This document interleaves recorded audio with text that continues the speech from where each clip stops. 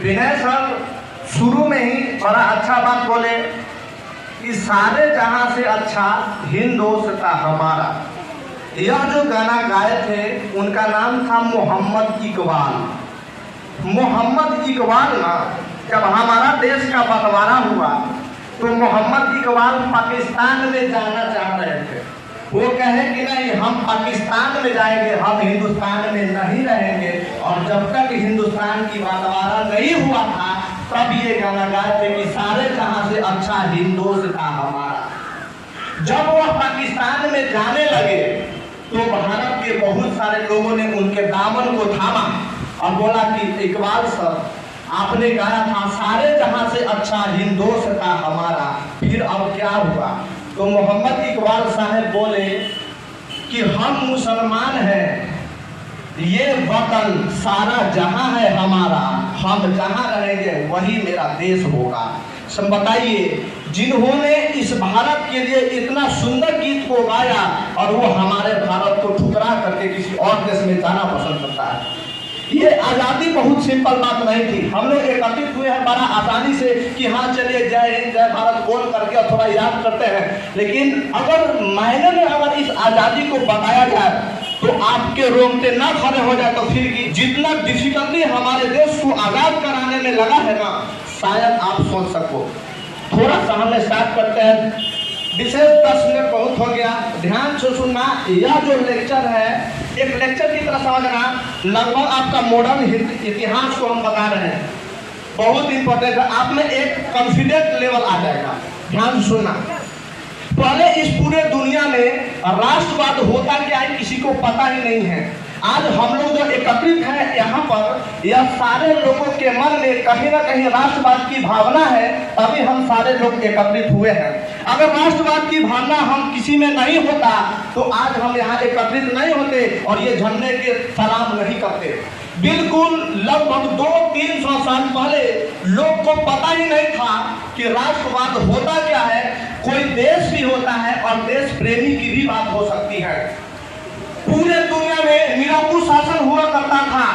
सारे लोग जिस तरीके से राजा का मन है उस तरीके से शासन करता था। न कोई संविधान, न कोई नियम कानून, जो सरकार नियम बना दिया वही कानून है। लेकिन यह क्रांति जो स्टार्ट हुआ है फ्रांस से स्टार्ट हुआ है और धीरे धीरे देखते हुए पूरे यूरोप में फैल गया। जब यह क्रांति फ्रांस से स्टार्ट हुआ है तो हमारे भारत में कुछ जो गरम दल के नेता है वो भी फॉर्म में आ गए कि नहीं, जिस तरीके से फ्रांस में आजादी के लिए लड़ाई लड़ा गया है हम भी अपने देश में उसी तरीके से क्रांति करते हैं और आजादी को हम लेते हैं। उस समय लगभग हमारे देश में राष्ट्रवाद की भावना पनपना चालू हो गया था और हल तक कुछ लोग ने मिल करके 1857 की क्रांति को लेकर चले गए। लेकिन 1857 की क्रांति हमारा देश का विफल क्रांति रहा था, क्योंकि उसको लीडर करने के लिए कोई अच्छा नेता नहीं था, उसको गाइड करने के लिए कोई नेता नहीं था और भारत में पूरे भारत में यह युद्ध नहीं फैला था। लोग अपनी फायदा के लिए यह युद्ध को लड़ता था। अगर हमारे देश को आजाद कराने के लिए अगर यह युद्ध लड़ा होता तो हमारा देश 1857 में ही आजाद हो जाता, लेकिन नहीं, उस समय लोग अपनी मर्जी से और अपनी फायदा के लिए युद्ध लड़े, जिसके कारण हमारा 1857 की क्रांति अंग्रेज से हार गया। फिर भी देर किस बात की थी, लोगों में तो राष्ट्रवाद की भावना पनप ही गया था। लगभग सारे लोग कह रहे थे कि नहीं, हम पूरा राष्ट्र के लोग एक है, किसी तरीके से अंग्रेजों से, हमें अंग्रेज के चंगुलों से इस राष्ट्रवाद को मतलब भावना को निकालना है और हम अपने देश को किसी तरीके से आजाद कराएंगे। फिर क्या हुआ, रूस में क्रांति फैल गया। रूस में क्रांति फैल गया 1917 इसमें रूस में क्रांति फैल जाता है। बस फिर एक बार और फॉर्म में आ गए। आज जब भारत जब 1857 के क्रांति में जब लड़े ना, तो भारत जब हार गया तो अंग्रेज इतने बुरी तरीके से भारत पर कब्जा कर लिया कि अब छोड़ाना बहुत ही मुश्किल था और ऐसा नियम कानून बना दिए, वरना कूलर एक्ट प्रेस ला दिए कि अब भारत में कोई लोग पेपर नहीं छापेगा और पेपर पर्पल के लोग को देश का लिए कहीं ना कहीं जज्बा उत्पन्न होता था, राष्ट्रवाद की भावना उत्पन्न होता था। लोगों ने कहा कि ऐसा करो, अंग्रेज ने कहा कि ऐसा करो कि पेपर छपना ही बंद कर दो, कि कोई ना पेपर पढ़ेगा ना अपना देश के बारे में जानेगा। और इस तरीके से नियम कानून, और पता है कि भारत के लोग कोई बम बारूद तोप नहीं रख सकता है, सिर्फ रखेगा तो सिर्फ अंग्रेज। अब लोगों के एक तरफ से और भ्रम बनता चला गया कि अंग्रेज हमारा कहीं ना कहीं गलती कर रहा है। लोगों को बताइए जो हमारे देश में रह करके हमारे ही पर शासन चला रहा है, और वो इंसान मतलब तरफ के रह रहे थे कि हमारा ये आज़ादी नहीं है। जब रशिया में जब युद्ध हुआ 1917 ईस्वी में, तब फिर भारत एक बार फॉर्म में आ गया कि अब तो आज़ादी हम करा ही लेंगे। और 1915 से लेकर के 1942 तक भारत का बहुत कठिन परिश्रम हुआ इस देश को आजाद कराने के लिए। तब तक महात्मा गांधी दक्षिण अफ्रीका से भारत आ गए थे, और वह एक हीरो की तरह भारत में आ गए और कहे कि आप पहले अब महात्मा गांधी को पता ही नहीं था कि अंग्रेज कितना ज्यादा अत्याचार कर रहा है। अंग्रेज अत्याचार रहा है। महात्मा गांधी जब दक्षिण अफ्रीका से आए तो कहे कि हम अंग्रेज को मदद करेंगे, और उन्होंने मदद कर लिया। अंग्रेज खुश होकर के उनको कैसर ए हिंद की उपाधि दे दिया कि बताइए हम ही देश में, और देश के बड़का नेता ही हमको साथ दे रहा है, इसका मतलब हम देश में और शासन चलाएंगे। लेकिन उसी तरफ से मंगल पांडे, भगत सिंह और इस तरीके से गरम दल के भी नेता हुआ करते थे, जिन्होंने कहा कि महात्मा गांधी कहीं ना कहीं गलती कर रहे हैं, हमारा देश की आजादी ऐसे नहीं मिलेगा, कहीं ना कहीं हमको लड़ना पड़ेगा। और धीरे धीरे महात्मा गांधी ने सत्याग्रह और बहुत सारे नियम चलाना चालू किए।